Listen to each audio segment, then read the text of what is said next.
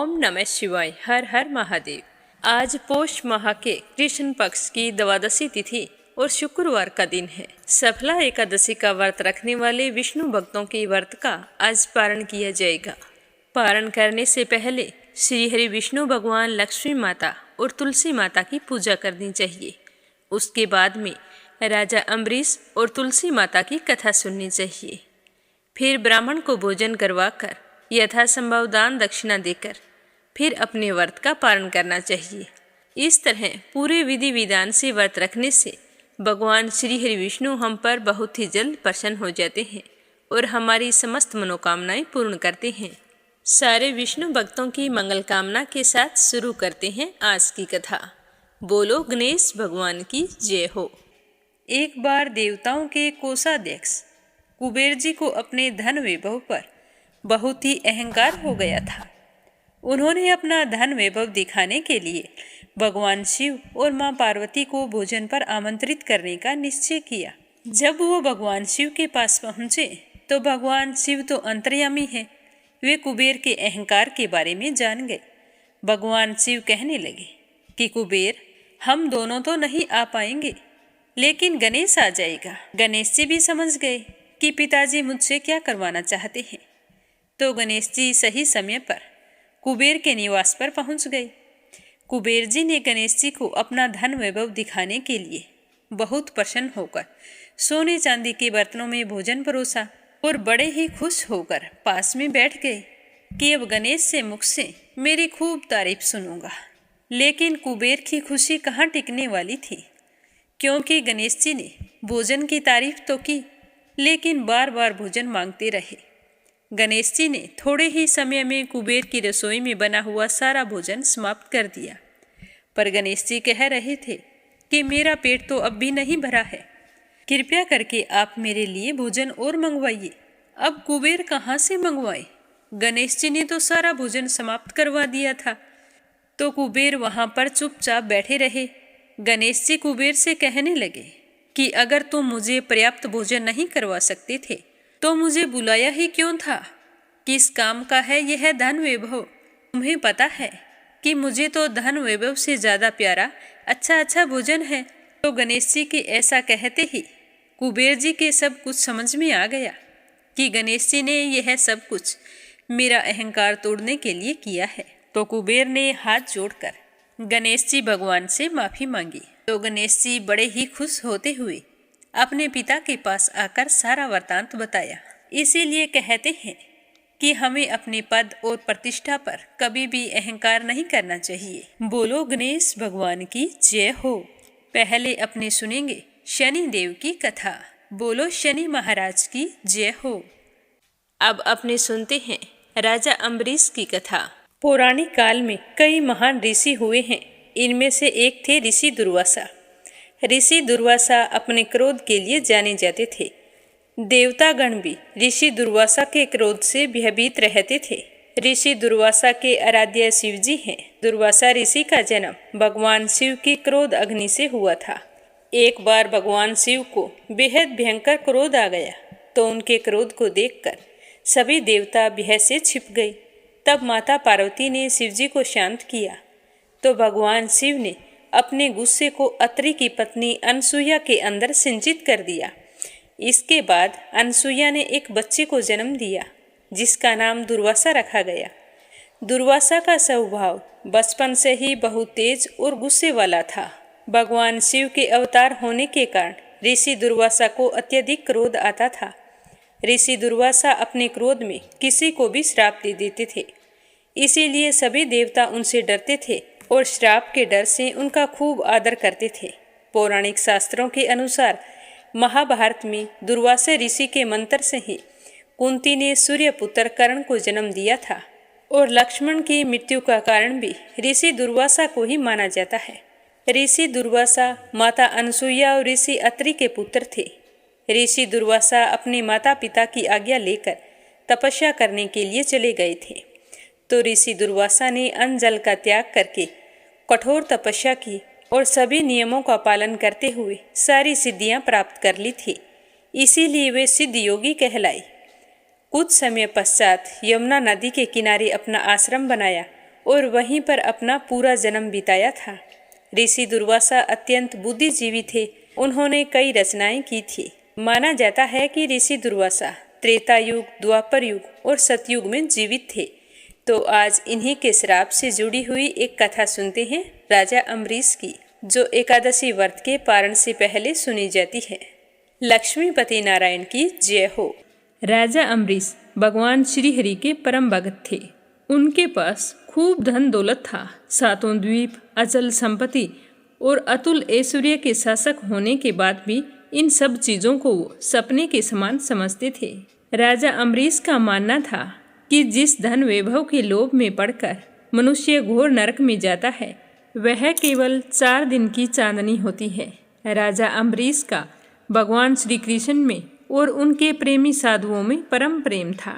उन्होंने अपने मन को श्री कृष्ण के चरणों में और वाणी को भगवान के गुणों का गान करने में, हाथों को श्री हरि के मंदिर में मार्जन में और अपने कानों को भगवान की मंगलमयी कथा के सुनने में लगा रखा था।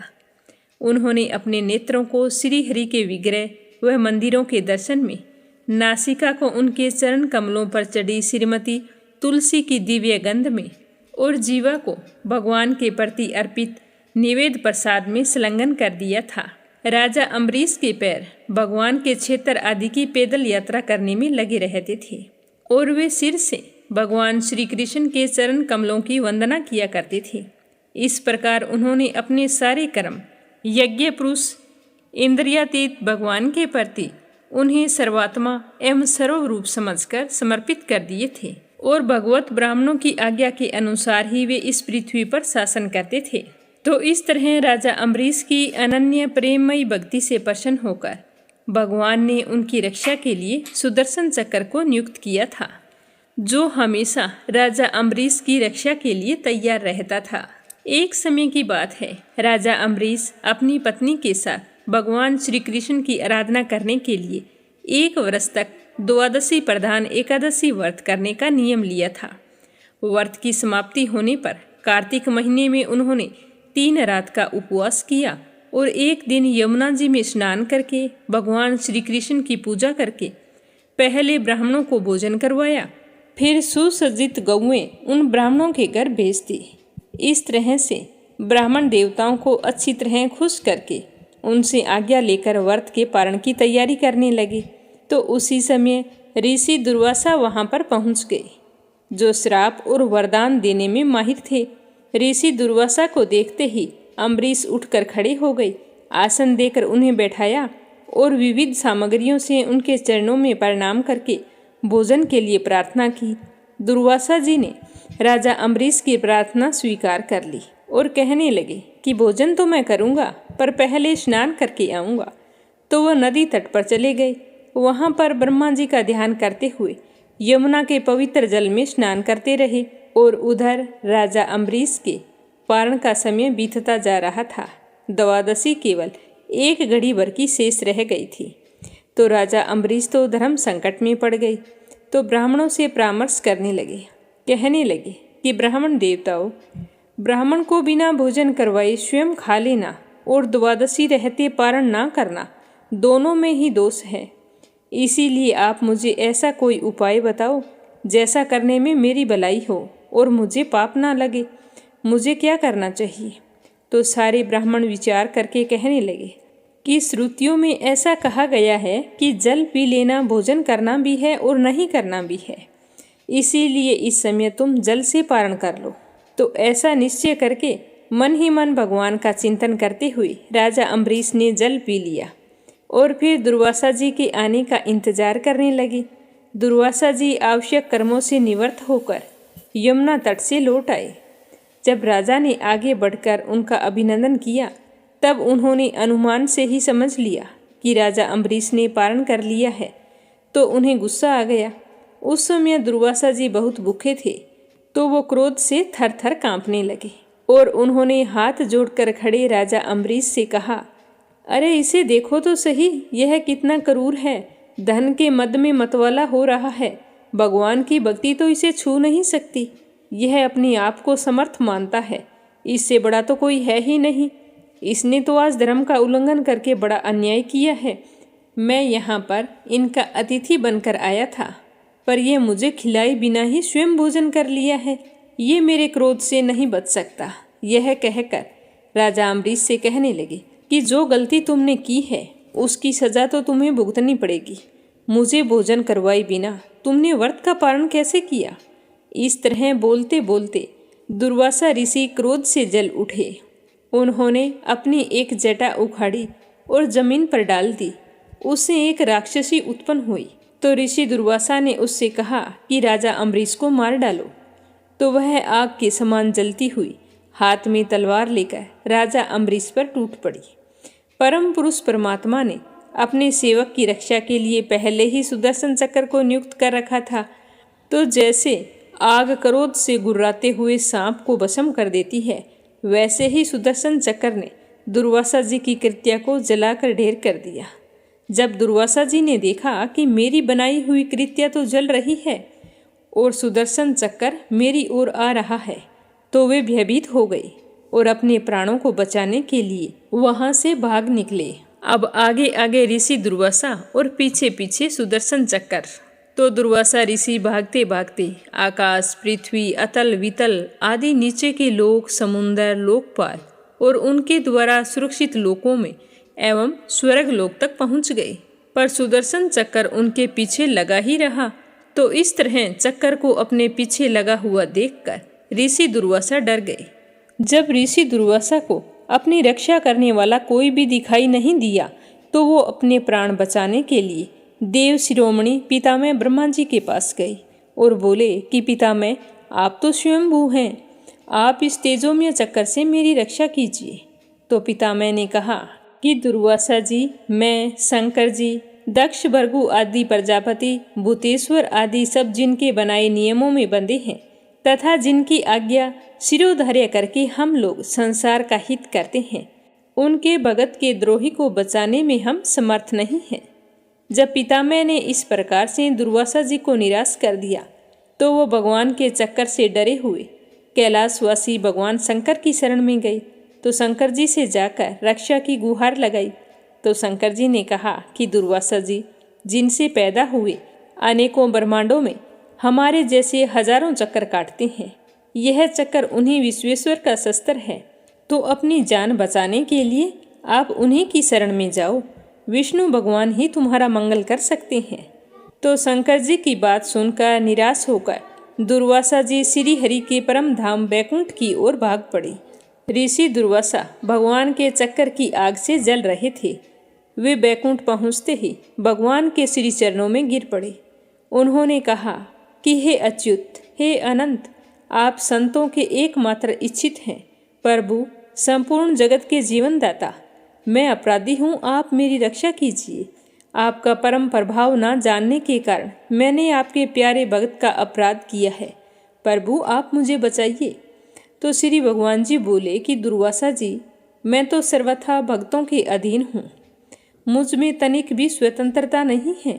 जो भक्त स्त्री पुरुष, ग्रह गुरुजन, प्राण तथा इस लोक और परलोक सबको छोड़कर केवल मेरी शरण में आए हैं, उन्हें छोड़ने की तो मैं सोच ही नहीं सकता। तो मैं तुम्हें कैसे बचा सकता हूँ? इसमें कोई संदेह नहीं है कि ब्राह्मणों के लिए तपस्या और विद्या परम कल्याण के साधन है। परंतु यदि ब्राह्मण उदंड और अन्यायी हो जाए तो वे दोनों ही उल्टा फल देने लगते हैं। तो दुर्वासा जी दुखी होकर कहने लगे कि भगवान, कोई तो उपाय होगा जिससे मेरी रक्षा हो सके। मेरा शरीर तो बुरी तरह से जल रहा है। तो विष्णु भगवान कहने लगे कि दुर्वासा जी सुनिए, मैं आपको एक उपाय बताता हूँ जिसका अनिष्ट करने से आपको इस विपत्ति में आना पड़ा। आप उसी के पास जाइए और उनसे क्षमा मांगिए, तभी आपको शांति मिल सकती है।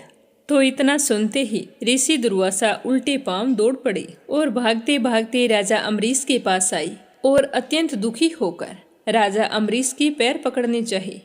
तो दुर्वासा जी की यह चेष्टा देखकर राजा अम्बरीश लज्जित होकर कहने लगे कि आप यह क्या कर रहे हैं? आप तो मेरे गुरु हैं और मेरे पैर पकड़कर मुझे क्यों शर्मिंदा कर रहे हैं? तो दुर्वासा ऋषि ने चक्कर की ओर इशारा करते हुए कहा कि मुझे इससे बचाइए, मेरी रक्षा कीजिए। तो राजा अम्बरीश भगवान के चक्कर की स्तुति करने लगे। राजा अम्बरीश ने कहा कि प्रभु सुदर्शन, आप अग्नि स्वरूप हैं, भगवान के प्यारे 1000 दांतों वाले चक्रदेव, मैं आपको नमस्कार करता हूँ। समस्त अस्त्र शस्त्रों को नष्ट कर देने वाले एवं पृथ्वी के रक्षक, आप इस ब्राह्मण की रक्षा कीजिए। आप कृपया करके हमारे कुल के भाग्य उदय के लिए दुर्वासा जी का कल्याण कीजिए। हमारे ऊपर यह आपका महान अनुग्रह होगा। यदि मैंने कुछ दान किया हो, यज्ञ किया हो अथवा अपने धर्म का पालन किया हो और हमारे वंश के लोग ब्राह्मणों को ही अपना आराध्य देव समझते रहे हों, तो दुर्वासा जी के शरीर की जलन इसी समय मिट जाए। भगवान समस्त गुणों के एकमात्र आश्रय स्थल हैं। यदि मैंने समस्त प्राणियों की आत्मा के रूप में उन्हें देखा हो और वे मुझ पर प्रसन्न हों, तो दुर्वासा जी के हृदय की सारी जलन मिट जाए।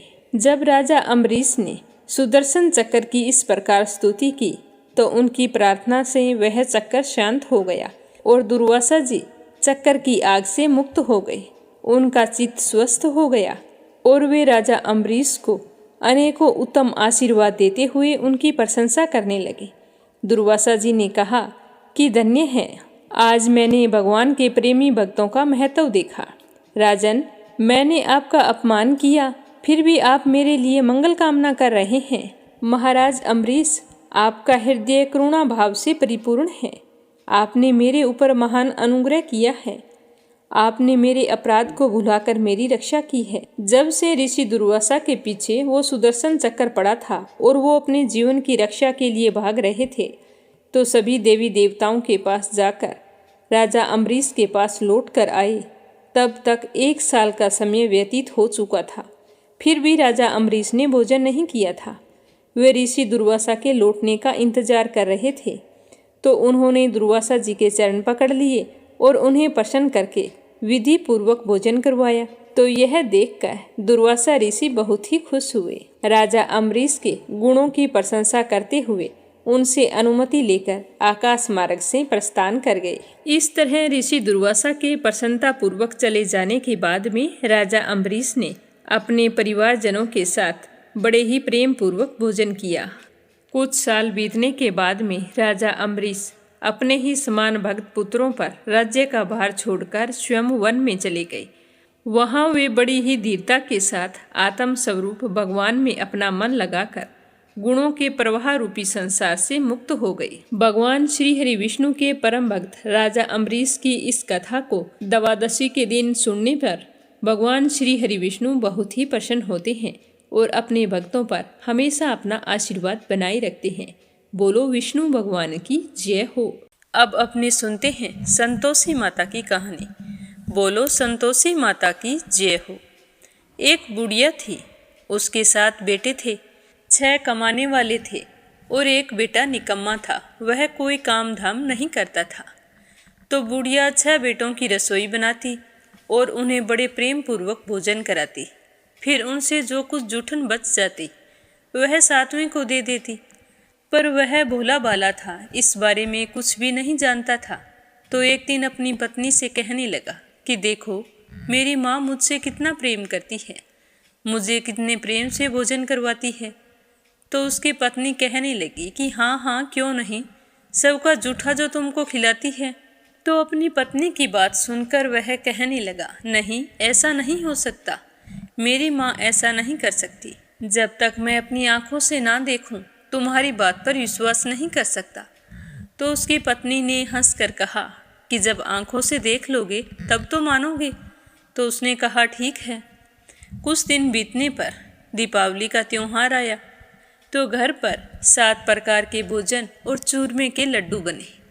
तो वह यह देखने के लिए कि मेरी माँ मुझको सबका जूठा खिलाती है, तो सिर दुखने का बहाना करके रसोई में पतला वस्त्र ओढ़कर सो गया और कपड़े में से सब कुछ देखता रहा। उसने देखा कि उसके 6 भाई भोजन करने आई। तो उसकी माँ उनके लिए सुंदर आसन बिछाया, नाना प्रकार की रसोई परोसी और बड़े ही प्रेम पूर्वक उन्हें भोजन कराया। तो वह सब कुछ देखता रहा। जब 6 भाई भोजन करके चले गए, तो उसकी माँ ने उनकी जूठी थालियों में से लड्डुओं के टुकड़ों को उठाकर एक बड़ा सारा लड्डू बनाया। और थाली की जूठन साफ करके अपने बेटे को पुकारा कि बेटा, तेरे 6 भाई भोजन कर गए हैं, अब तू ही बाकी है, उठकर भोजन कर ले। आज त्योहार के दिन तुम भूखा ही सो रहा है। तो वह माँ की बात सुनकर कहने लगा कि माँ, मुझे भोजन नहीं करना, अब मैं परदेश जा रहा हूँ। तो उसकी माँ कहने लगी कि कल जाता अभी चला जा। तो वो कहने लगा, हाँ माँ, अभी जा रहा हूँ। यह कहकर वो खड़ा होकर रसोई से बाहर निकल गया और चलते समय उसे अपनी पत्नी की याद आई। वो गौशाला में कंडे थाप रही थी। तो वह वहाँ जाकर कहने लगा कि हम जावें परदेश को, आवेंगे कुछ काल, तुम रहियो संतोष से धर्म अपनो पाल। तो उसकी पत्नी ने कहा कि जाओ पिया आनंद से, हमारी सोच हटाए, राम भरोसे हम रहें, ईश्वर तुम्हें सहाय। 2 निशानी आपरी, देख धरूं मैं धीर, सुधी मति हमारी बिसारियो, रखियो मन गंभीर। तो यह सुनकर उसका पति कहने लगा कि मेरे पास कुछ नहीं है, यह एक अंगूठी है, सो ले लो और अपनी कुछ निशानी मुझे दे दो। तो उसकी पत्नी कहने लगी कि स्वामी, मेरे पास क्या है, यह गोबर भरा हाथ है। यह कहकर उसकी पीठ पर गोबर के हाथ की थाप मार दी। इसके बाद वह वहाँ से चल दिया। चलते चलते दूर देश पहुँचा। वहाँ एक साहूकार की दुकान थी। वहाँ जाकर कहने लगा कि भाई, मुझे नौकरी पर रख लो। साहूकार को लड़के की ज़रूरत थी। वो बोला, रह जा। तो वह कहने लगा कि साहूकार जी, तनख्वाह क्या दोगे? तो साहूकार ने कहा कि काम देखकर दाम मिलेंगे। तो साहूकार के यहाँ उसे नौकरी मिल गई। अब वह सुबह 7 बजे से रात को 10 बजे तक नौकरी पर जाने लगा। कुछ ही दिनों में दुकान का सारा लेन देन, हिसाब किताब, ग्राहकों को माल बेचना, सारा कार्य करने लगा। साहूकार के 7-8 नौकर थे। वे सारे हैरान थे कि यह तो बहुत काम करता है, जितना हम सारे मिलकर नहीं कर पाते, इतना यह अकेला ही कर लेता है। इस तरह सोचकर वे सारे चक्कर खाने लगे। सेठ ने भी देखा कि यह बहुत काम करता है और मन का भी बहुत सीधा है। तो उसने 3 महीने के बाद उसे अपने आधे मुनाफे का हिस्सेदार बना लिया। कुछ ही वर्ष में वह तो नामी सेठ बन गया। तो मालिक सारा कारोबार उस पर छोड़कर स्वयं तीर्थ यात्रा पर चला गया। तो वह सारा काम अकेले ही संभालने लगा। इधर उसकी पत्नी को सास ससुर दुख देने लगे। जब से वो घर छोड़कर गया था, सारे घर गृहस्थी का काम उसी से करवाते थे। जंगल से लकड़ी लेने के लिए भेजते थे और भोजन के नाम पर घर के आटे में जो भूसी निकलती है, उसकी रोटी बनाकर रख दी जाती और फूटे नारियल की नरेली में पानी रख दिया जाता। तो इस तरह अपने परिवार वालों का बर्ताव देखकर छोटी बहू बड़ी ही दुखी होती। एक दिन की बात है, वह लकड़ी लेने के लिए जंगल में जा रही थी। तो रास्ते में बहुत सी स्त्रियां संतोषी माता का व्रत करती हुई दिखाई दी। तो वह भी वहां पर खड़ी होकर कथा सुनने लगी। कथा समाप्त होने पर पूछा कि बहनों, तुम किस देवता का व्रत करती हो और इसके करने से क्या फल मिलता है? यदि तुम इस व्रत का विधान मुझे समझाओ तो मैं तुम्हारा बड़ा एहसान मानूंगी। तब उनमें से एक स्त्री कहने लगी कि सुनो बहन, यह संतोषी माता का व्रत है। इसके करने से निर्धनता और दरिद्रता का नाश होता है और मन में जो कुछ कामना हो वह संतोषी माता की कृपा से पूरी हो जाती है। तो वह कहने लगी, मुझे इस व्रत की विधि भी बताओ। तो वह भक्तिन स्त्री कहने लगी कि 1.25 आने का गुड़ चना ले लेना, अगर इच्छा हो तो 5.25 आने का ले लेना या 1.25 रुपये का, जितनी भी इच्छा हो ले आना। बिना परेशानी, श्रद्धा व प्रेम से जितना भी बन सके सवाया लेना। किसी भी महीने के शुक्ल पक्ष से प्रथम शुक्रवार को व्रत शुरू करना और शुक्रवार के दिन सुबह जल्दी उठकर स्नान करना, सूर्य भगवान को अर्घ्य देना और निराहार रहकर संतोषी माता की कथा सुनना। इस कथा के बीच में कर्म ना टूटे, लगातार नियम का पालन करना। अगर तुम्हें कथा सुनने वाला कोई ना मिले तो घी का दीपक जलाकर उसके आगे जल का पात्र भरकर फिर कथा कहना। जब तक कार्य सिद्ध ना हो तब तक नियम का पालन करना, और जब तुम्हारा कार्य सिद्ध हो जाए तो व्रत का उद्यापन कर देना। 3 महीने में माता फल पूरा करती है। अगर किसी के ग्रह खोटे भी हो तो भी माता वर्ष भर में कार्य सिद्ध कर देती है। फल सिद्ध होने पर उद्यापन करना चाहिए, बीच में नहीं। उद्यापन में 2.5 सेर आटे का खाजा और इसी के अनुमान से खीर तथा चने का साग बनाना। 8 लड़कों को भोजन कराना। जहाँ तक मिले देवर जेठ भाई बंधु के बच्चे लेना। अगर ना मिले तो रिश्तेदारों के और अड़ोसियों पड़ोसियों के बच्चे बुला लेना। उन्हें भोजन करवाकर यथासंभव दान दक्षिणा देकर माता का नियम पूरा करना। उस दिन घर में खटाई ना खाना।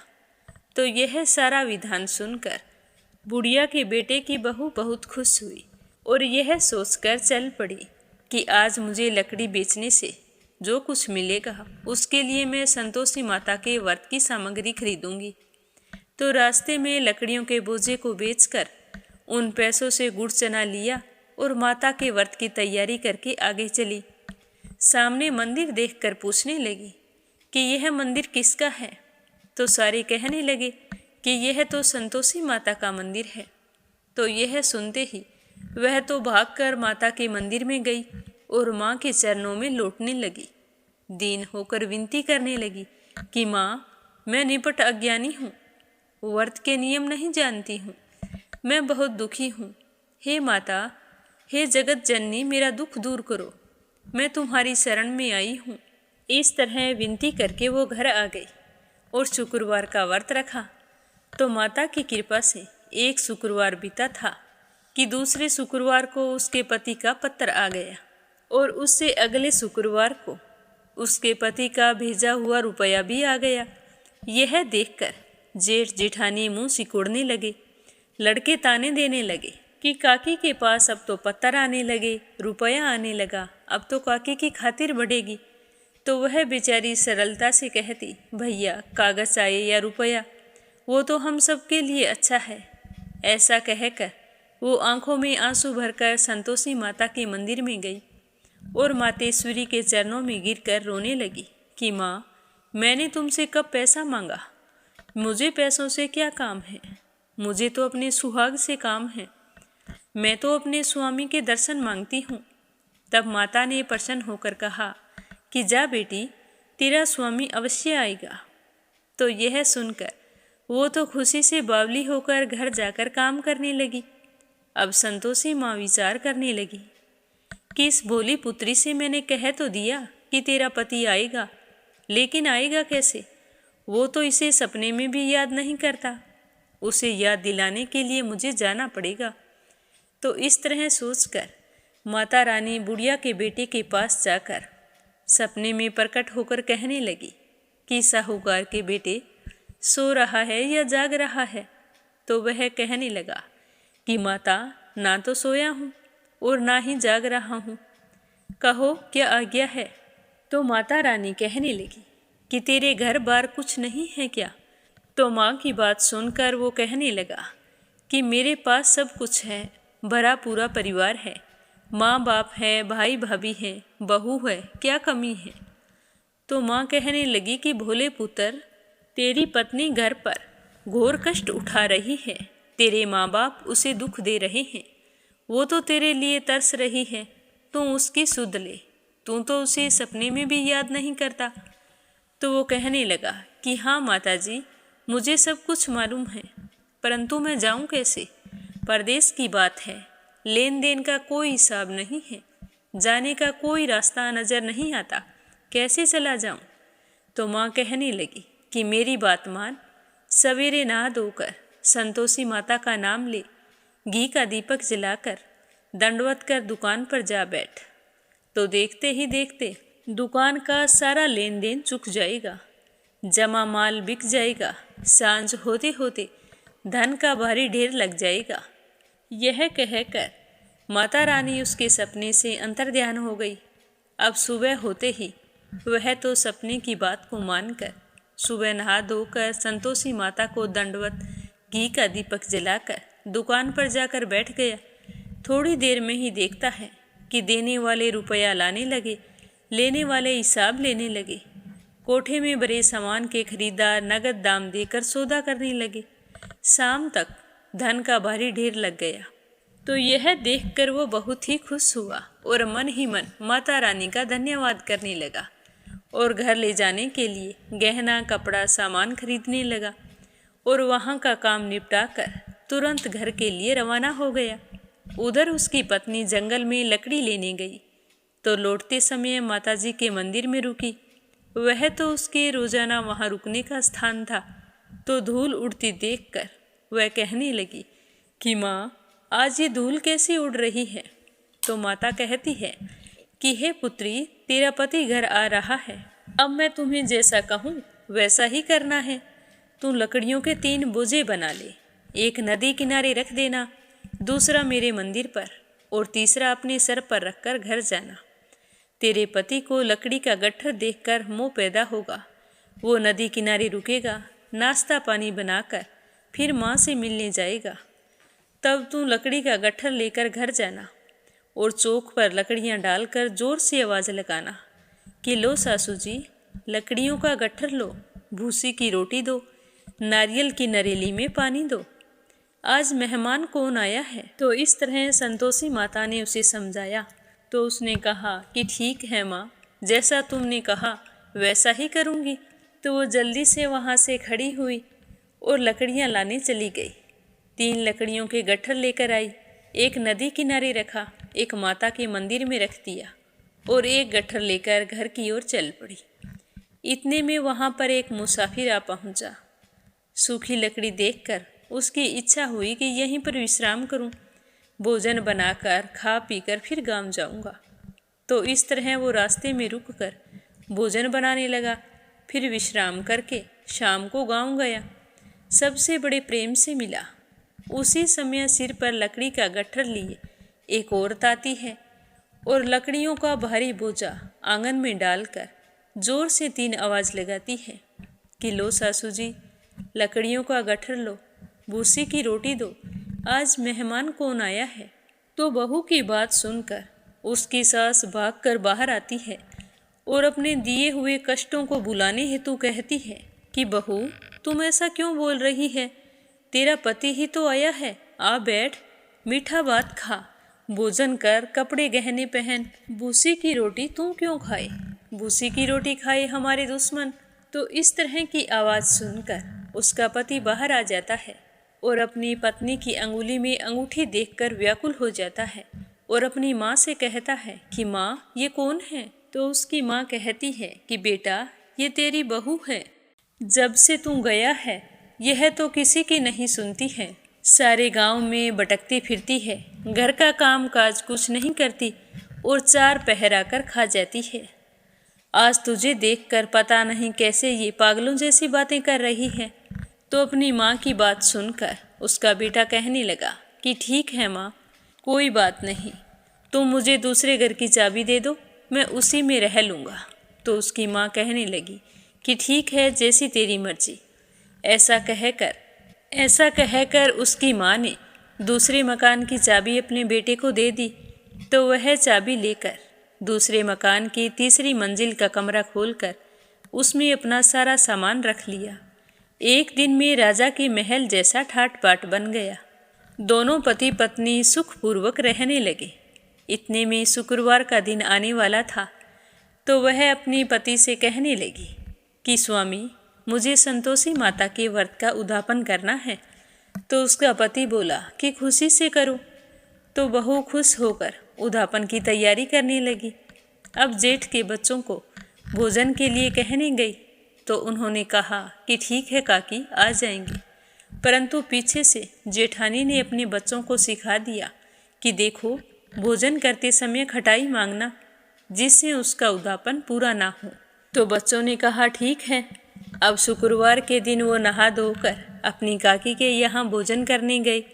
तो पहले संतोषी माता की कथा कही, उसके बाद में उनके तिलक करके मोली बांधी और फिर बड़े ही प्रेम पूर्वक भोजन करवाया।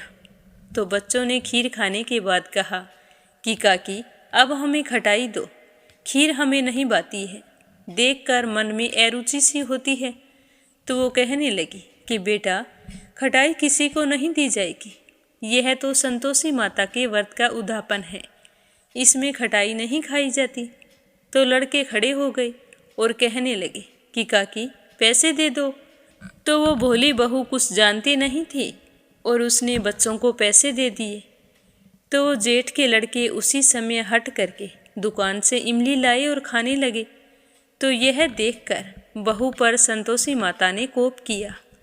राजा के दूत आए और उसके पति को पकड़ कर ले गए।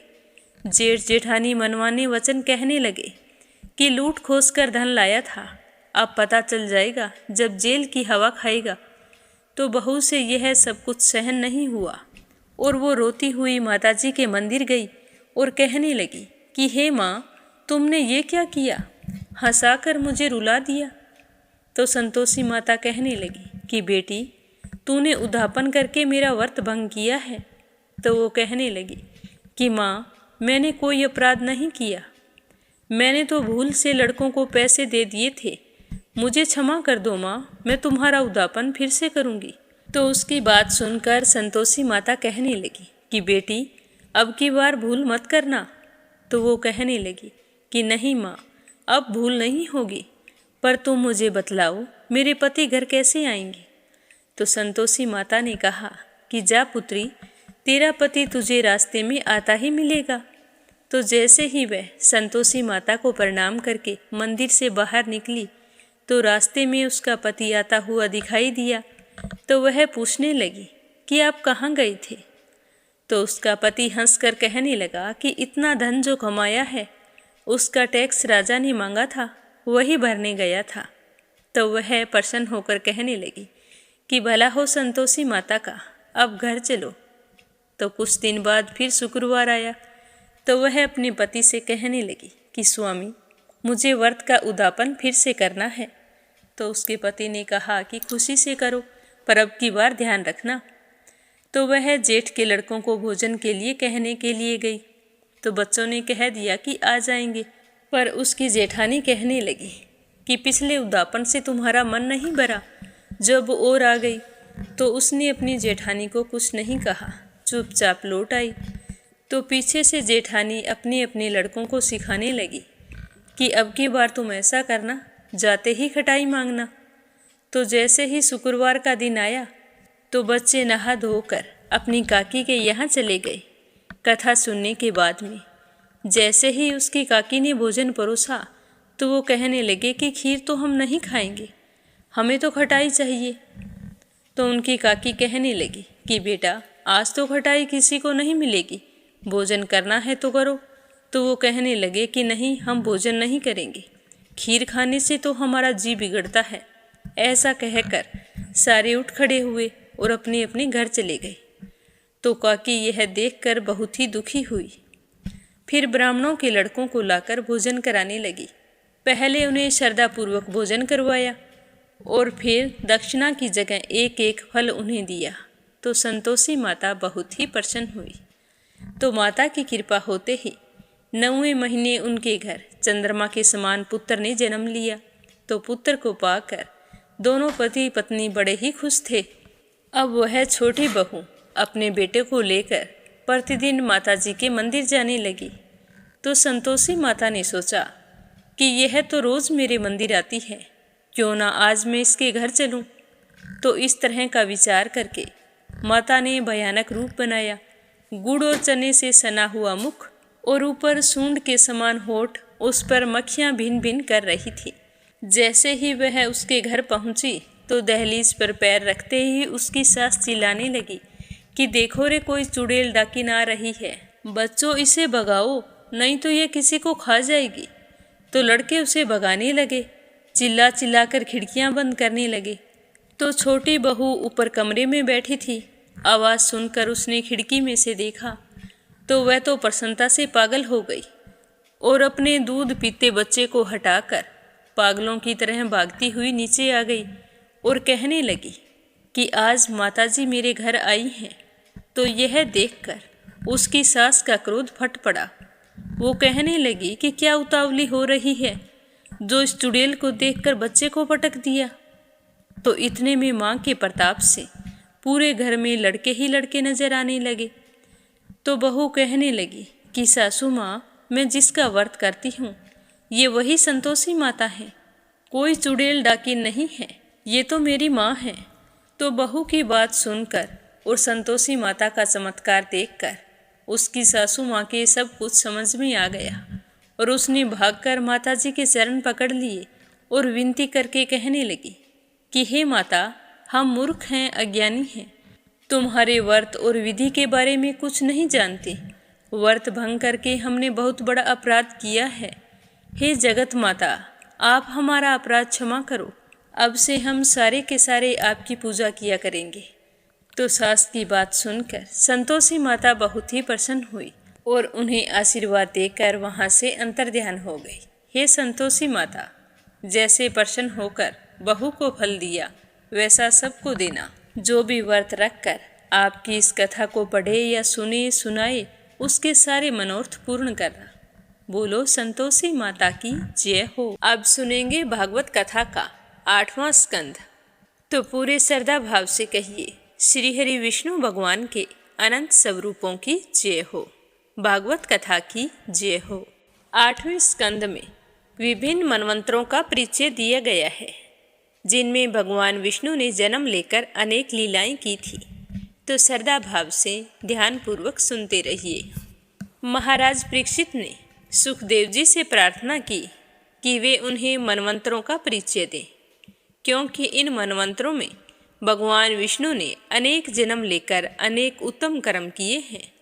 उन्होंने यह भी पूछा कि भविष्य में भगवान कौन से उत्तम कार्य कर सकते हैं। तो राजा परीक्षित की बात सुनकर सुखदेव जी कहने लगे कि अब तक 6 मनु व्यतीत हो चुके हैं। पहले मनु की 2 कन्याएं थी, आकुति और देवहूति। भगवान श्री हरि विष्णु ने इनके गर्भ से यज्ञ और कपिल के नाम से जन्म लिया। कपिल के कृत्यों का वर्णन हम कर चुके हैं। अब यज्ञ के कर्म को सुनिए। श्याम बहु मनु विषयों से विरत होकर सुनंदा नदी के किनारे पत्नी सहित तप करने के लिए चले गए थे। वहां राक्षसों ने उन्हें साधारण मनुष्य समझकर अपना भोजन बनाना चाहा। तभी वहां पर यज्ञ भगवान पहुंच गए और राक्षसों का नाश किया। फिर एक दूसरे मनु स्वारोचिष के पुत्र वेदशिरा की स्त्री तीसरा के गर्भ से भगवान ने विभु के नाम से अवतार लिया। राजा प्रियव्रत का पुत्र उत्तम तीसरा मनु हुआ और उसकी वंश परंपरा में धर्म की स्त्री सुनरिता से भगवान विष्णु ने सत्यसेन नाम से अवतार लिया। उत्तम के भाई तामस ने चतुर्थ मनु का स्थान लिया। उसी मनवंतर में हरि मेधा ऋषि की पत्नी से श्री हरि भगवान का अवतार हुआ, जिन्होंने ग्रह से गज को छुड़ाया था। गज और ग्रह का विवरण सुनते ही सुखदेव जी कहने लगे कि त्रिकूट नामक 10,000 योजन ऊंचे और उतने ही विस्तार वाले अत्यंत सुंदर पर्वत की तलहटी में अनेक सुंदर नदियां बहती थी। एक बार उस पर्वत के वन में रहने वाले गजराज अपने साथियों के साथ एक तालाब में स्वेच्छापूर्वक जल पीने के लिए प्रविष्ट हुआ। जल पीने के बाद में वह अपनी मस्त हथनियों के साथ जल क्रीड़ा करने लगा और सूंड में पानी भर भर कर हथनियों के ऊपर बौछार करने लगा। उसी समय तालाब में रहने वाले ग्राह ने उस हाथी का पैर पकड़ लिया। हाथी को खींचकर वह गहरे पानी में ले गया। अन्य हाथी यह सब देखकर चिंगाड़ने लगे। उन्होंने काफी कोशिश की अपने साथी हाथी को छुड़ाने के लिए, पर वो नाकाम रहे। ग्राह और हाथी के संघर्ष में हाथी से कुछ नहीं हुआ तो वह बहुत ही निराश हुआ और भगवान श्री हरि विष्णु का स्मरण करने लगा। उसके पूर्व जन्म के संस्कार बहुत ही प्रबल थे, जिनके कारण वह अनेक तरह से स्तुति करता हुआ भगवान श्री हरि विष्णु से अपनी रक्षा की प्रार्थना करने लगा। तो हाथी की विनती सुनकर भगवान विष्णु गरुड़ पर आरूढ़ होकर वहां आए। उन्होंने अपने सामने देखा कि गजराज के मन में हिम्मत आई है और वह विष्णु जी को देखकर बहुत ही खुश हुआ और वहीं तालाब से एक कमल का फूल लेकर भगवान विष्णु को अर्पित करते हुए उनकी स्तुति करने लगा और अपनी सहायता की उनसे विनती की। तो यह देखकर भगवान ने गरुड़ को छोड़ दिया। गरुड़ ने तत्काल ग्राह के मुंह को फाड़ा और हाथी का उद्धार किया। यह कहकर सुखदेव जी बताने लगे कि हुहु नामक एक गंधर्व ही देव ऋषि की श्राप से ग्राह की योनि में पैदा हुआ था और वह फिर गंधर्व बन गया। हाथी भी पूर्व जन्म में इंद्रदुमन नाम का राजा था। वह भगवान विष्णु की भक्ति में इतना मगन था कि मुनि अगस्त्य के आने पर उनका आतिथ्य सत्कार नहीं कर पाया। तो यह देखकर मुनि अगस्त्य क्रोधित हो गए और उन्हें पशु योनि में जाने का श्राप दे दिया। तो इस तरह हाथी और ग्राह दोनों ही श्राप से मुक्त होकर भगवान के परम धाम को चले गए। इस कथा के बाद में सुखदेव जी ने कहा कि अब मैं तुम्हें 5वें मनु का आख्यान सुनाता हूँ। 5वें मनु तामस के सहोदर रेवत थे। इस मनवंतर ने शूद्र की पत्नी विकंठा से भगवान ने वैकुंठ अवतार धारण किया था और इसके बाद हुए छठे मनु चाक्षुष। इसके वंश परंपरा में भगवान ने विराग्य की स्त्री संबूति से अदिति नाम से अवतार लिया। इस अवतार में भी भगवान श्री हरि विष्णु ने समुद्र मंथन करवाकर देवताओं को अमृत पिलाया था। बहुत पुराने समय की बात है कि देवताओं और दानवों में भयंकर युद्ध चल रहा था। युद्ध में दैत्यों की प्रबलता से देवता लोग पराजित हो गए और फिर पितामह ब्रह्मा जी की शरण में गए। तो पितामह ने उन्हें सारे संसार के कर्ता भगवान नारायण की शरण में जाने के लिए कहा और स्वयं भी उनके साथ वहां चले गए। भगवान नारायण के धाम में पहुंचकर पितामह ने उनकी स्तुति करनी शुरू कर दी। वह भगवान के दर्शनों के लिए प्रार्थना करने लगे। पितामह की स्तुति सुनकर भगवान श्री हरि विष्णु प्रकट हो गए। जब वे प्रकट हुए तब अन्य देवगण भी उनकी वंदना और अर्चना करने लगे। उनकी अर्चना से प्रसन्न होकर भगवान विष्णु ने कहा कि मैं देवों के परम कल्याण के लिए एक मार्ग बताता हूँ। इससे सभी देवता सदा सदा के लिए अमर हो जाएंगे। सबसे पहली बात तो यह है कि हे देव, आप लोग दैत्यों से मित्रता स्थापित कर लें और फिर उनके साथ मिलकर क्षीर सागर में से अमृतमय औषधियाँ खोजें। उसके बाद मंदराचल को मंथानी बनाकर वासुकी की रस्सी बनाकर मेरी सहायता से समुद्र का मंथन करें। इस मंथन से दैत्यों को कष्ट मिलेगा और आप लोगों को उत्तम फल प्राप्त होगा। सागर मंथन से पहले विष निकलेगा जिससे डरने की कोई आवश्यकता नहीं है। इसके बाद जितनी भी वस्तुएं निकलेगी उनके लिए तुम लालच मत करना। इस तरह देवताओं को समझाकर विष्णु जी अंतर्ध्यान हो गए और देवता अपने धाम को लौट आए। जब देवतागण अपने धाम को लौट रहे थे तब दैत्यों ने उनसे युद्ध करना चाहा, लेकिन देवता उन्हें बहुत ही व्याकुल दिखाई दिए। तब दैत्यराज बलि ने दैत्यों को युद्ध करने से रोक दिया और देवताओं ने बलि के पास पहुंचकर मित्रता का प्रस्ताव रखा और समुद्र मंथन करने की बात कही। तो यह सुनकर सारे दैत्य लोग समुद्र मंथन करने के लिए तैयार हो गए। फिर देवता और दानव मिलकर समुद्र मंथन करने के लिए चले गए। सबसे पहले मंदराचल को समुद्र तक लाने का प्रयास किया, लेकिन बलि और इंद्र जैसे सूरवीर भी उसका भार नहीं उठा सके। कितने ही देवता उसके भार से दबकर छत विक्षत हो गए। तब भगवान ने कृपा पूर्वक मंदराचल को आकाश से लाकर समुद्र के बीच में डाल दिया। इसके बाद वासुकी को रस्सी बनाकर देव और दैत्य मिलकर समुद्र मंथन करने लगे। वासुकी के मुख की तरफ दैत्य थे और पूंछ की तरफ देवता थे। वासुकी के मुख, नेत्र और सांसों से निकली आग की लपटों से दैत्य लोग बहुत ही परेशान हुए। उनकी दशा आग से झुलसे हुए देवदार के पेड़ की तरह हो गई। देवताओं की हालत भी कोई अच्छी नहीं थी। उनके मुख की कांति भी धूमिल हो गई थी। बहुत समय तक देवता और दानव समुद्र मंथन करते रहे पर अमृत नहीं निकला। तो इसके बाद विष्णु भगवान स्वयं मंथन करने आए और समुद्र मंथन में सहायता करने लगे। तो उसमें से सबसे पहले हलाहल नाम का विष उत्पन्न हुआ और इस भयंकर विष को लोक कल्याण के लिए भगवान शंकर ने पिया था। उन्होंने इसे अपने गले में धारण करके रखा, इसीलिए उनका नाम नीलकंठ पड़ा। इसके बाद देवता और दानव दोनों मिलकर समुद्र मंथन करने लगे। जब पर्वत समुद्र में डूबने लगा, तब भगवान विष्णु ने इस बाधा को दूर करने के लिए कच्छप का रूप धारण किया था और फिर पर्वत के नीचे जाकर उसे अपनी 1,00,000 योजन विस्तार वाली पीठ पर रख लिया। तो फिर से देवता और दानव मिलकर समुद्र का मंथन करने लगे। तब अनेक वस्तुएं धीरे धीरे निकलने लगी। उनमें सबसे पहले कामधेनु गाय, फिर उत्सरेवा अश्व, ऐरावत हाथी, कौस्तुभ मणि, पद्म रागमणि, पारिजात पुष्प, अप्सराएं तथा श्री लक्ष्मी जी निकली। लक्ष्मी जी का रूप और सौंदर्य अप्रतिम था, तो लक्ष्मी जी का यह रूप देखकर सारे के सारे व्याकुल हो गए लक्ष्मी जी को पाने के लिए। लेकिन लक्ष्मी जी ने किसी को भी अपने योग्य नहीं समझा।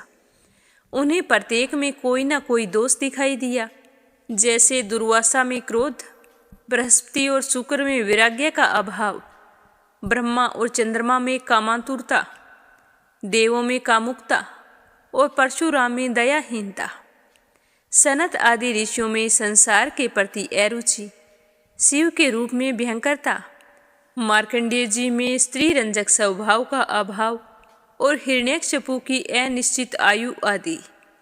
वह किसी का भी वर्ण नहीं कर सकी। उन्होंने भगवान विष्णु को ही सर्वगुण संपन्न और निर्दोष पाया और उनका पति के रूप में वर्ण किया। भगवान विष्णु ने भी उन्हें अपने हृदय में स्थान दिया। लक्ष्मी जी के बाद समुद्र मंथन में एक रूपवती सुरु नाम की एक कन्या निकली, जिसे असुरों ने ग्रहण किया। इसके बाद धन्वंतरी नाम के एक महापुरुष हाथ में अमृत का कलश लेकर बाहर आए। धन्वंतरी भगवान श्री हरि विष्णु के ही अंश थे। उन्होंने अपने इस रूप में वेद शास्त्र का प्रचार किया। दैत्यों ने धन्वंतरी के हाथ में से अमृत का कलश छीन लिया। इस पर देवों को उदास देखकर भगवान श्री हरि विष्णु ने उन्हें आश्वासन दिया और अपनी माया के प्रभाव से असुरों में झगड़ा करवा दिया। तो वे सारे असुर अमृत पीने के लिए एक दूसरे से लड़ने लगे। कुछ असुर कहने लगे तो कुछ असुर अमृत को देवताओं को देने की बात कहने लगे। भगवान विष्णु ने जब देखा कि दैत्य आपस में लड़ रहे हैं और अमृत कलश को छीनने के लिए छीना झपटी कर रहे हैं, तो विष्णु जी ने मोहिनी का रूप धारण किया और असुरों को अपनी ओर आकर्षित कर लिया। सारे असुर कामातुर होकर मोहिनी के पास जाकर उससे प्रणय निवेदन करने लगे। भगवान की माया से मोहित असुरों ने अमृत के लिए संघर्ष रहित होते हुए मोहिनी से ही पंच बनने के लिए प्रार्थना करने लगी और मोहिनी की हंसी देखकर इतने प्रभावित हुए कि अमृत का कलश ले जाकर उनके हाथों में सौंप दिया। तो मोहिनी रूप धारण किए विष्णु भगवान असुरों से कहने लगे कि मैं तुम्हारी बात तभी मानूंगी जब तुम मेरे न्याय में विश्वास रखोगे। तो असुरों ने एक स्वर में कहा कि हम तुम्हारी सारी बात मानेंगे, तुम्हारे न्याय में ही हम भरोसा करेंगे। तो मोहिनी के कहने से एक शाला बनाई गई। वहाँ दैत्यों और देवताओं को कतार बनाकर बिठा दिया गया। फिर अमृत कलश हाथ में लेकर मोहिनी वहाँ पर प्रस्तुत हो गई और दैत्यों को अपने हाव भाव से रिझाने लगी और सारा अमृत देवताओं को पिला दिया। मोहिनी को पाने की अभिलाषा में दैत्यों का अमृत के प्रति मोह खत्म हो गया। उनका अमृत की तरफ बिल्कुल भी ध्यान नहीं था। लेकिन राहु मोहिनी की चतुराई को समझ गया। वह देवताओं का रूप धारण करके देवताओं की कतार में आकर बैठ गया।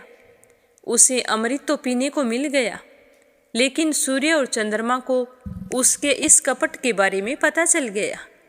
तो उन्होंने जाकर विष्णु जी को इसके बारे में बता दिया कि देवताओं की कतार में राहु आकर बैठ गया है और उसने अमृत पी लिया है। तो विष्णु जी को क्रोध आ गया और तुरंत ही विष्णु जी ने राहु का सर काट दिया और वह अमृत उसके गले से नीचे नहीं उतर सका। तो अमृत के मुख तक पहुंचने के कारण पितामह ब्रह्मा जी ने उसके सर को अमरत्व प्रदान किया और उसे एक ग्रह बना दिया। कहा जाता है कि उसी गुस्से के कारण वह पूर्णिमा और अमावस्या को चंद्रमा और सूर्य को ग्रसता है। देवताओं को अमृत पिलाकर मोहिनी रूप धारे विष्णु भगवान अपने वास्तविक रूप में आ गए। जब असुरों को पता चला कि यह सब विष्णु भगवान की माया थी, तो सारे असुर विष्णु जी से नाराज हो गए। इस तरह श्री हरि विष्णु भगवान देवताओं को प्रसन्न और असुरों को अप्रसन्न करके अपने धाम चले गए। भगवान विष्णु के छल से असुर व्याकुल हो गए और उन्होंने देवताओं पर आक्रमण कर दिया। लेकिन अमृत पीने से देवता तो बहुत शक्तिशाली हो गए थे। दोनों ओर से युद्ध होने लगा। दैत्यों ने फिर से समुद्र मंथन किया, पर उन्हें अमृत नहीं मिला। इससे पहले भी वे अनेक बार देवताओं को हरा चुके थे। अब दुगने उत्साह से लड़ाई करने लगे। इंद्र ऐरावत पर चढ़कर देवताओं का नेतृत्व करने लगा। वह बलि से भिड़ गया। इसके बाद मित्र प्रहेति से, तवष्टा संबर से, विश्वकर्मा म्य से, सूर्य वाणासुर से लड़ने लगे। म्य से आसुरी युद्ध भी प्रारंभ कर दिया और माया ने चारों ओर भयंकर दृश्य उपस्थित किया। लेकिन जब देवताओं की कुछ न चली, तब उन्होंने विष्णु जी का फिर स्मरण किया और विष्णु जी ने प्रकट होकर दैत्यों का विनाश किया। माली और सुमाली दैत्यों का विष्णु जी ने अपने सुदर्शन चक्र से सर काट दिया। उसके बाद माल्यवान दैत्य का भी वध कर दिया। विष्णु जी की उपस्थिति में जंब अधिक बलशाली होकर इंद्र पर गदा फेंकी तो उसका हाथी मूर्छित होकर गिर पड़ा। तो इंद्र फिर रथ पर सवार हो गया तो जंब ने उसके सारथी को भी व्याकुल कर दिया। फिर इंद्र ने जंब का सर काट डाला। जैसे जैसे दैत्य क्रोधित होकर युद्ध कर रहे थे, वैसे ही उनका विनाश होता जा रहा था। लेकिन नमोची नाम का एक दैत्य जब लड़ने के लिए आया तो उस पर अस्त्र का कोई भी प्रभाव नहीं हो रहा था। तभी आकाशवाणी हुई कि किसी सूखी और गीली वस्तु से वह नहीं मरेगा। तभी वहां पर एक जल फेन दिखाई दिया जो सूखा और गीला दोनों ही था। उसके प्रयोग से इंद्र ने नमोची को मार डाला। उसके बाद पितामह ब्रह्मा जी ने नारद जी को युद्ध बंद कराने के लिए भेजा तो युद्ध तो बंद हो गया। लेकिन तभी गुरु शुक्राचार्य ने अपनी संजीवनी बूटी से मरे हुए असुरों को फिर से जिंदा कर दिया। दूसरी ओर शिवजी को जब यह समाचार मिला कि विष्णु ने मोहिनी का रूप धारण करके अमृत देवताओं को पिलाया और दैत्यों को छला है, तो शिवजी विष्णु जी का वह मनमोहक रूप देखने के लिए आतुर हो गए। उन्होंने पार्वती जी और अपने गणों को साथ लेकर विष्णु लोक में जाकर विष्णु जी की स्तुति करनी शुरू कर दी। भगवान विष्णु ने उनका सत्कार किया और अपनी माया का विस्तार किया। तब शिवजी ने देखा कि सामने एक रमणीय उपवन है। उसमें एक सुंदर अलंकृत बाला गेंद खेल रही है। कामदेव को वशम करने वाले शिवजी भी उसके रूप और सौंदर्य से सम्मोहित हो गए। उसे पाने के लिए उसकी तरफ दौड़े तो वह बाला शिवजी से आंख मिचोली खेलने लगी और इधर उधर लताओं की ओट में छिपने लगी। शिवजी भी कामातुर होकर उसके पीछे भागने लगे। बहुत समय तक जब वह उनके हाथ नहीं आई तो उन्होंने तेजी से दौड़कर उस बाला के केस पकड़ लिए, लेकिन वह अपने बालों को छुड़ाकर भाग गए। लेकिन शिवजी इतना ज्यादा कामातुर हो चुके थे कि उनका तेज स्खलित हो गया। जहाँ जहाँ इस तेज के अंश गिरे वहाँ वहाँ स्वर्ण और रजत की खानी पैदा हो गई। विवेक के जागृत होने पर शिवजी भगवान विष्णु जी की प्रार्थना करने लगे। तब विष्णु जी ने प्रकट होकर अपने चमत्कार का उन्हें आभास कराया और महादेव जी की भी प्रशंसा करने लगे। तो इस तरह शिवजी विष्णु जी के मोहिनी रूप को देखकर बहुत ही प्रसन्न हुए और सपरिवार अपने धाम को लौट आए। रास्ते में शिवजी ने कहा कि हे पार्वती, एक बार जब मैं समाधि के बाद उठा था तब तुमने मुझसे पूछा था कि मैं किसका ध्यान करता हूँ, तो आज तुमने देख लिया। मैं इन्हीं पुराण पुरुष श्री विष्णु जी का ध्यान करता हूँ, जिनकी माया से मेरे जैसा कामजित भी मोहित हो जाता है। इस तरह बताते हुए सुखदेव जी ने राजा परीक्षित से कहा कि अब मैं आपको फिर मनवंतरों की कथा सुनाता हूँ। इस समय 7वां मनवंतर चल रहा है। सूर्य के श्राद्ध देव नाम के पुत्र 7वें मनु हैं। इस मनवंतर में कश्यप जी की पत्नी अदिति के गर्भ से भगवान वामन ने अवतार लिया। 7 मनवंतरों की कथा सुनाने के बाद में सुखदेव जी ने राजा परीक्षित को भगवान विष्णु के अवतारों से युक्त भविष्य के मनवंतरों का विवरण बताया। उन्होंने कहा कि विवस्वान नामक सूर्य की 2 स्त्रियां संज्ञा और छाया थी। ये विश्वकर्मा की पुत्रियां थी। इनके अलावा विवस्वान के बड़वा नाम की एक अन्य पत्नी भी थी। संज्ञा के 3 संतानें यम और श्राद्ध देव पुत्र सावरणी और शनैश्चर, वर्षा के पुत्र अश्विनी कुमार थे। यह अपने 7वें स्कंद में सुन चुके हैं। 8वें मनवंतर में सावरणी मनु होंगे, उनके पुत्र निर्भीक आदि होंगे। इस मनवंतर में देवगुहा ब्राह्मण की सरस्वती नाम की स्त्री से सार्वभौम नाम से भगवान का अवतार होगा, जो इंद्र से आसन छीनकर बलि को दे देगा। यह वही बलि है जिसने भगवान विष्णु के द्वारा 3 पग भूमि मांगने पर सिद्ध इंद्र पद को छोड़कर सारी धरती दे दी थी। भगवान ने पहले इसे बांध लिया, किंतु फिर उसे सुतल लोक में स्थान दिया। आजकल वे वहीं के इंद्र हैं। 9वें मनु का नाम दक्ष सावरणी होगा और उसके पुत्र भूत आदि होंगे। इसमें आयुष्मान की पत्नी अंबुधारा से भगवान वृषभ के नाम से अवतार लेंगे। उपश्लोक के पुत्र ब्रह्मा सावरणी 10वें मनु होंगे। इस मनवंतर में विश्व सृष्टा की पत्नी विसूची से भगवान विश्वस्तेन के नाम से अवतार लेंगे। फिर धर्म सावरणी 11वें मनु होंगे, जिनके सत्य और धर्म आदि पुत्र उत्पन्न होंगे। इस मनवंतर में अर्पण की पत्नी वेदऋति के पुत्र धर्म सेतु के नाम से भगवान अवतार लेंगे। 12वें मनवंतर में रुद्र सावरणी मनु होंगे और उनके देववान नाम से अवतार लेंगे। 14वें मनु इंद्र सावरणी होंगे और उसके पुत्र उष्णा आदि होंगे। इस मनवंतर में भगवान बीताना से वृद्ध भानु के रूप में अवतार लेकर कर्म कांड का विस्तार करेंगे। इसके बाद सुखदेव जी कहने लगे कि भूत और भविष्य के सभी मनु परम पुरुष भगवान के ही अंतर्गत हैं। तो यह सुनकर राजा परीक्षित ने हाथ जोड़कर पूछा कि भगवान विष्णु ने बलि के द्वार पर जाकर उसे 3 पग धरती क्यों मांगी थी? धरती को पाने पर भी उन्होंने निरपराध बलि को क्यों बांध लिया था?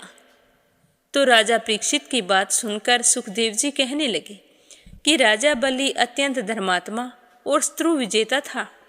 उसके गुरु शुक्राचार्य संजीवनी विद्या के प्रभाव से उसके मरे हुए सैनिकों को जीवित कर देते थे।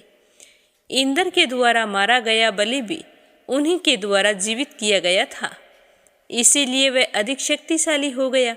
शुक्राचार्य ने भर्गोवंशियों को भी संतुष्ट कर रखा था, इसीलिए जब बलि ने स्वर्ग जीतने की इच्छा जाहिर की तो शुक्राचार्य ने और भर्गोवंशियों ने विषव जीत युद्ध करके बलि को यज्ञ अग्नि से प्राप्त रथ, अश्व और सिंह के निशान से अंकित ध्वजा, धनुष और कवचमाला आदि दिए थे। इस दिव्य सामग्री से युक्त होकर पूरे विश्वास के साथ स्वर्ग पर चढ़ाई कर दी। जैसे ही बलि ने गुरु के द्वारा दिया गया शंख बजाया तो उसे सुनकर देवताओं के हृदय धड़कने लगे। इंद्र ने अपने गुरु के पास जाकर इसका उपाय पूछा तो गुरु बृहस्पति ने कहा कि बलि को ब्राह्मणों का आशीर्वाद है, इसीलिए उसे कोई पराजित नहीं कर सकता। तुम्हारी भलाई इसी में है कि तुम इसी क्षण स्वर्ग छोड़कर कहीं और चले जाओ। जब बलि ब्राह्मणों की शक्ति से क्षीण हो जाएगा तब देवता फिर से स्वर्ग में आ सकेंगे। तो इंद्र ने अपने गुरु की आज्ञा मानकर स्वर्ग को खाली कर दिया। जब अदिति को अपने पुत्रों के स्वर्ग से निकल जाने की सूचना मिली तो वह बहुत ही व्याकुल हो गई और शोक ग्रसित होकर अपने दिन बिताने लगी। कुछ ही दिनों के बाद में वहां पर कश्यप जी आए तो उन्होंने अपनी पतिपरायण पत्नी को व्याकुल देखा तो उससे पूछा कि क्या बात है, आप इतनी व्याकुल और दुखी क्यों हैं? तब अदिति ने भगवान विष्णु को प्रसन्न करने का उपाय पूछा तो कश्यप जी ने उसे संतान की इच्छा से पूछने के कारण पितामह ब्रह्मा जी के द्वारा बताए गए पयोवत व्रत से परिचित कराया और कहा कि फाल्गुन मास के शुक्ल पक्ष में 12 दिन केवल दूध पर निर्भर रहकर श्रद्धा पूर्वक विष्णु जी की आराधना करनी चाहिए। इस प्रकार विधि पूर्वक इस व्रत को करने से भगवान विष्णु अत्यंत प्रसन्न होकर अभीष्ट वर प्रदान करते हैं। तो अदिति ने इस व्रत का अनुष्ठान किया तो भगवान श्री हरि विष्णु प्रसन्न होकर अदिति के सामने प्रकट हुए और उससे कहा कि मैं तुम्हारे यहाँ पुत्र के रूप में उत्पन्न होकर सारे दैत्यों का विनाश करूँगा। और फिर वचन के अनुसार समय आने पर भगवान ने वामन के रूप में अवतार लिया और इसी अवतार रूप में एक बार राजा बलि के यज्ञ भवन में पहुँच गए। तो राजा बलि ने उनका खूब स्वागत किया और कुछ मांगने के लिए आग्रह किया। तो भगवान ने उसकी उदारता की खूब प्रशंसा की और दान के रूप में 3 कदम भूमि मांगी। तो यह सुनकर राजा बलि हंसने लगे और कहने लगे कि एक तो आपका कद इतना बड़ा है और ऊपर से 3 कदम भूमि, इससे आपको क्या होगा? चाहो तो अभी और मांग सकते हो। मैं तीनों लोगों का राजा हूँ, मेरे यहाँ से कोई भी निराश होकर नहीं लौटता। तो वामन देव ब्राह्मण ने कहा, नहीं, मुझे तो 3 कदम ही भूमि चाहिए। तो ब्राह्मण की बात सुनकर राजा बलि ने कहा कि तुम स्वयं ही नाप लो, मैं संकल्प किए देता हूँ कि तुम्हें 3 कदम भूमि दान में दे रहा हूँ। तो राजा बलि की यह बात सुनकर शुक्राचार्य ने उन्हें रोकने की बहुत कोशिश की, क्योंकि शुक्राचार्य जानते थे कि इस वामन के रूप में भगवान श्री हरि विष्णु स्वयं हैं। परंतु राजा बलि इस बात को समझ नहीं पाए। शुक्राचार्य ने यह भी कहा कि विष्णु जी छल पूर्वक दैत्यों का नाश करने वाले हैं, किंतु बलि ने अपने गुरु शुक्राचार्य की बात नहीं मानी। वो कहने लगे कि मैं वचन दे चुका हूँ, अपने वचन से मैं नहीं फिर सकता हूँ। अगर भगवान स्वयं मेरे द्वार पर भिक्षा मांगने आए हैं तो मैं उन्हें यह भिक्षा अवश्य दूंगा। तो राजा बलि की यह बात सुनकर शुक्राचार्य को गुस्सा आ गया और उन्होंने क्रोधित होकर राजा बलि को राज्य से पतित होने का श्राप दे दिया। तो बलि ने इस श्राप को स्वीकार किया और वामन देव जी से धरती नाप लेने के लिए कहा। तो भगवान ने अपना आकार इतना बढ़ाया कि उसे देखकर बलि भी हैरान हो गई। तो भगवान ने अपने एक पैर में बलि के अधिकार की भूमि, दूसरे पैर में स्वर्ग को नाप लिया और फिर पूछने लगे कि तीसरा कदम कहाँ रखूं? तो दैत्यों ने इस छल को देखकर भगवान पर आक्रमण कर दिया। भगवान को इस बात का पहले ही पता था, इसीलिए उन्होंने नंद, सुनंद, विजय आदि अपने 14 वीरों को तैयार कर रखा था। तो इस युद्ध में दैत्य लोग हताहत होने लगे। यह देखकर बलि ने दैत्यों को युद्ध करने से रोक दिया और कहने लगे कि यह सब समय का खेल है, भगवान की माया है, अतः आप लोग शांत हो जाइए। इधर भगवान ने बलि से कहा कि हे बलि, या तो तुम तीसरे पैर के लिए मुझे धरती दो या प्रतिज्ञा भंग होने के आरोप में नरक जाओ। तो राजा बलि ने अपना सिर भगवान विष्णु के आगे रखकर उस पर पैर रखने की प्रार्थना की। तो वामन रूप में आए भगवान ने उसे वरुण पास में बांध लिया। तब पितामह ब्रह्मा जी ने बलि की उदारशीलता और दानवीरता को देखकर उसकी प्रशंसा की। तब वामन देव बोले कि मैं जिस पर प्रसन्न होता हूँ उसे कष्ट देकर उसकी परीक्षा लेता हूँ। बलि अपनी परीक्षा में सफल हुआ है, इसीलिए मैं इसे सूतल नामक लोक देता हूँ। तो भगवान वामन ने उसे वरुण पास से मुक्त कर दिया और सूतल लोक में जाने की अनुमति दे दी। इस तरह विष्णु भगवान ने वामन अवतार लेकर स्वर्ग लोक को दैत्यों के चंगुल से छुड़ाकर इंद्र आदि देवताओं को दे दिया। तो भगवान की यह माया देखकर सारे देवता बहुत ही प्रसन्न हुए और भगवान विष्णु का गुणगान करते हुए अपने लोक को चले गए। अब अपने भागवत कथा को यहीं पर विराम देते हैं और अगली कथा में अपने सुनेंगे कि पितामह ब्रह्मा जी के निद्रामग्न होने पर हयग्रीव ने वेदों को चुरा लिया था। उस समय वेदों की रक्षा के लिए और हयग्रीव का वध करने के लिए भगवान विष्णु ने मत्स्य का रूप धारण किया था। श्रद्धा भाव से सुनने के लिए आप सभी का बहुत बहुत धन्यवाद। अब अपने सुनेंगे लप्सी और तपसी की कहानी, जिसके बारे में एक श्रोता ने पूछा था कि लप्सी तपसी कौन थे। बोलो लप्सी तपसी की जय हो। बहुत पुराने समय की बात है। एक गांव में एक ब्राह्मण परिवार रहा करता था। उसमें पति पत्नी के अलावा उनके 2 बच्चे थे। एक बेटा था, एक बेटी थी। ब्राह्मण दंपति बहुत ही सरल स्वभाव के थे। समय मिलने पर प्रभु का स्मरण किया करते थे। उनकी बेटी बहुत ही संस्कारी और सुशील थी, लेकिन उनका बेटा आवारा किस्म का था। वह कोई काम धाम नहीं करता और ना ही कभी अपने माँ बाप का कहना मानता था। समय के साथ दोनों बहन भाई बड़े हो गए। बहन की शादी कर दी गई, पर भाई का वही हाल था। उसके माँ बाप ने उसे समझाया कि बेटा, अब हम वृद्ध हो चले हैं, तुम कोई काम किया करो। लेकिन उस पर उनकी बातों का कोई असर नहीं होता था। तो एक दिन ब्राह्मणी अपने पति से कहने लगी कि स्वामी, आप बिल्कुल काम छोड़ दीजिए। जब घर में कुछ भी नहीं होगा तो यह अपनी जिम्मेदारी समझेगा और काम पर लग जाएगा। तो ब्राह्मण ने दूसरे दिन से काम पर जाना छोड़ दिया। तो यह देखकर उनके बेटे ने कोई काम नहीं किया और चोरी करने चला गया। आते जाते राहगीरों को लूट लेता और उसी से अपने घर का गुजारा किया करता था। तो उसकी लूटने और चोरी करने की आदत से सारे गांव वाले उसे लप्सी कहने लगे। तो लप्सी की इस हरकत से उसके माँ बाप बहुत ही दुखी रहते थे, पर वह किसी की सुनने के लिए तैयार नहीं था। इसी तरह समय बीतता गया। एक दिन की बात है कि लप्सी एक पीपल के पेड़ पर बैठा था। तभी शिव पार्वती जा रहे थे। पार्वती माता गहनों से लदी हुई थी। तो लप्सी उन्हें देखकर सोचने लगा कि सूरत के कितने गहने हैं, आज ये सारे के सारे लूट लूँगा तो मुझे कई महीनों तक चोरी नहीं करनी पड़ेगी। तो वह लूटने के इरादे से पीपल की ओट में होकर बैठ गया। जैसे ही शिव पार्वती वहाँ से जाने लगे तो लप्सी एकदम से शिव पार्वती के सामने आकर कहने लगा कि जल्दी से जितने सारे गहने पहन रखे हैं उतार दो। तो पार्वती माता कहने लगी कि तुम चोरी क्यों करती हो, तुम्हें पता है चोरी करना पाप है। तो लप्सी कहने लगा कि क्या करूं, घर पर मेरे माँ बाप हैं, मेरी एक भांजी है, उनके लिए दोनों समय भोजन की व्यवस्था कहाँ से करूं, मुझे कोई काम तो आता नहीं है। तो लप्सी की बात सुनकर पार्वती माता कहने लगी कि तुम जो चोरी करके पाप करते हो, इस पाप का भागी कौन बनेगा।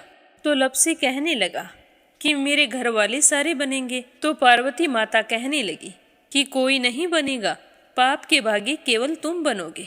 तो लप्सी कहने लगा कि मैं लूट खोस कर उन्हीं के लिए लेकर जाता हूँ, तो पाप के भागी तो उन्हें बनना ही पड़ेगा। तो लप्सी की बात सुनकर पार्वती माता ने हंसकर कहा कि हम यहीं पर बैठे हैं और तुम अपने घर जाओ, अपने घर वालों से पूछो कि कोई तुम्हारे पाप का भागी बनेगा क्या। तो यह सुनकर लप्सी भागा भागा अपने घर आया और अपनी माँ के पास गया और कहने लगा कि माँ, मैं चोरी करके लाता हूँ, राह चलते राहगीरों को लूटता हूँ, तुम्हारे लिए ही तो करता हूँ। तो तुम मुझे एक बात बताओ, चोरी करने से जो पाप लगता है तो आप मेरे पाप के भागी बनोगे। तो लप्सी की बात सुनकर उसकी माँ कहने लगी कि बेटा, मैंने तो तुमसे नहीं कहा कि तुम चोरी करके लाओ, तुम कमा कर लाओ, हमें तो 2 वक्त की रोटी चाहिए, मैं तो तुम्हारी पाप की भागी नहीं बनूंगी। तो माँ के मुंह से इस तरह की बात सुनकर लप्सी तो हैरान हो गया। फिर वह अपने पिताजी के पास गया और जाकर कहने लगा कि पिताजी, मैं जो कुछ भी लूट खोस के लाता हूँ वो आपके लिए ही तो लाता हूँ। देखो मैंने लूट कर कितना धन इकट्ठा कर लिया है, कितने ऐशो आराम है तुम्हारे। अगर मैं चोरी नहीं करता तो क्या ये सब हमें मिलता। पिताजी, मैं तुमसे एक बात पूछता हूँ कि चोरी करने से पाप लगता है, तो उस पाप में आप मेरे भागीदार बनोगे क्या।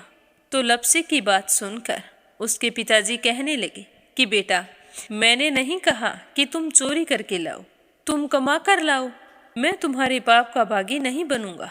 तो माँ बाप के मुंह से इस तरह की बात सुनकर वह बहुत ही उदास हुआ और सोचने लगा कि मैं कितने महीनों से चोरी कर रहा हूँ। ना जाने मुझ पर कितना पाप चढ़ गया है, और ये तो बोल रहे हैं कि पाप के भागी हम नहीं बनेंगे, तो अब क्या होगा। तो वह बड़े ही दुखी मन से शिव पार्वती से मिलने के लिए चल पड़ा। जैसे ही घर से बाहर निकलने लगा तो उसकी छोटी सी भांजी दरवाजे पर खेल रही थी। उसे पता नहीं था कि पाप पुण्य क्या होता है, तो वो कहने लगी कि मामा, पाप की भागी मैं बनूंगी। तो उसके इस तरह कहते ही लपसी ने उसे गोद में उठाया और चल पड़ा। शिवजी भगवान और पार्वती माता के पास जाकर कहने लगा कि घर वालों ने पाप का भागी बनने से मना कर दिया है, और एक यही है जो पाप की भागी बनने को तैयार है। फिर लपसी बड़े ही दीन स्वर में कहने लगा कि हे भगवान, मैं समझ गया हूँ कि चोरी करना पाप है। आज तक जो मैंने काम किया वो बहुत ही गलत था, लेकिन अब मैं इसका प्रायश्चित करना चाहता हूँ। अब तुम ही बताओ, मुझे मेरे पापों से मुक्ति कैसे मिलेगी। तो उसकी बात सुनकर शिव पार्वती बहुत ही खुश हुए और लपसी को कच्चे सूत का एक छोटा सा गोला देते हुए कहा कि लपसी, ये सूत लो और इस पीपल के चारों ओर परिक्रमा लगाओ। जब यह सूत समाप्त हो जाएगा तब तुम्हारे सारे पाप नष्ट हो जाएंगे। तो यह सुनकर लपसी बहुत ही खुश हुआ। सोचने लगा कि छोटा सा गोला है, अभी लपेट कर घर चला जाऊंगा, उसके बाद में कभी कोई पाप नहीं करूंगा। फिर उसने अपनी बांजी को कंधे पर बैठाया और पीपल की परिक्रमा लगानी शुरू कर दी। अब भगवान का वह सूत खत्म कहाँ होने वाला था। लपसी चक्कर लगाता गया पर वह सूत खत्म नहीं हुआ। चक्कर लगाते लगाते 1 महीने, 6 महीने, साल, पूरे 12 साल बीत गए, पर वह सूत खत्म नहीं हुआ।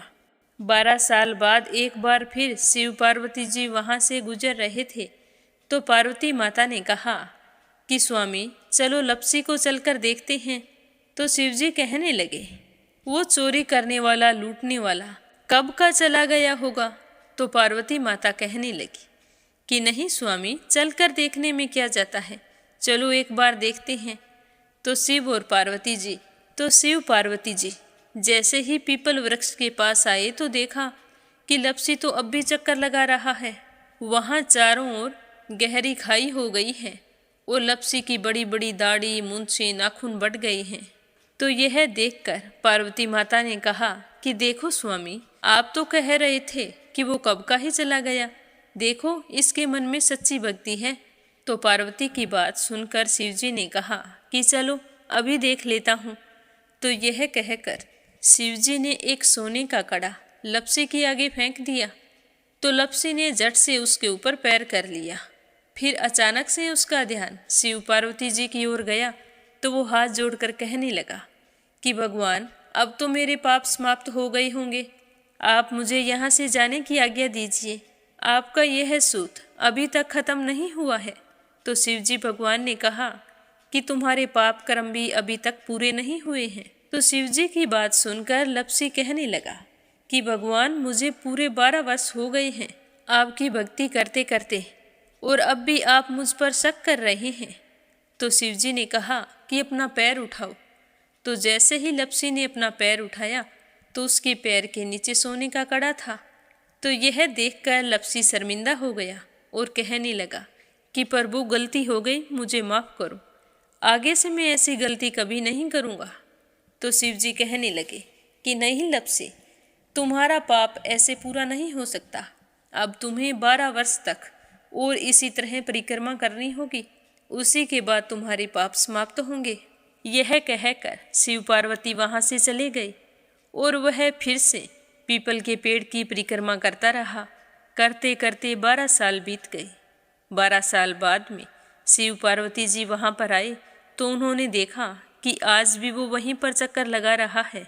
तो शिवजी ने फिर उसके सामने सोने की अंगूठी फेंकी, पर उसने कोई ध्यान नहीं दिया।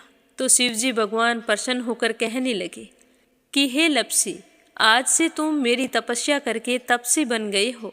मैं तुम्हें वरदान देता हूँ कि तुम अपने जीवन में सारे सुखों को प्राप्त करेगा, और तूने 24 बरस तक मेरी भक्ति की है, इसका फल भी तुझे अवश्य मिलेगा। जो भी औरत गाय और कुत्ते की रोटी नहीं बनाएगी, उसका पुण्य फल तुम्हें मिलेगा। आंगन लीप कर दहलीज नहीं लीपेगी तो उसका पुण्य फल भी तुझे ही मिलेगा।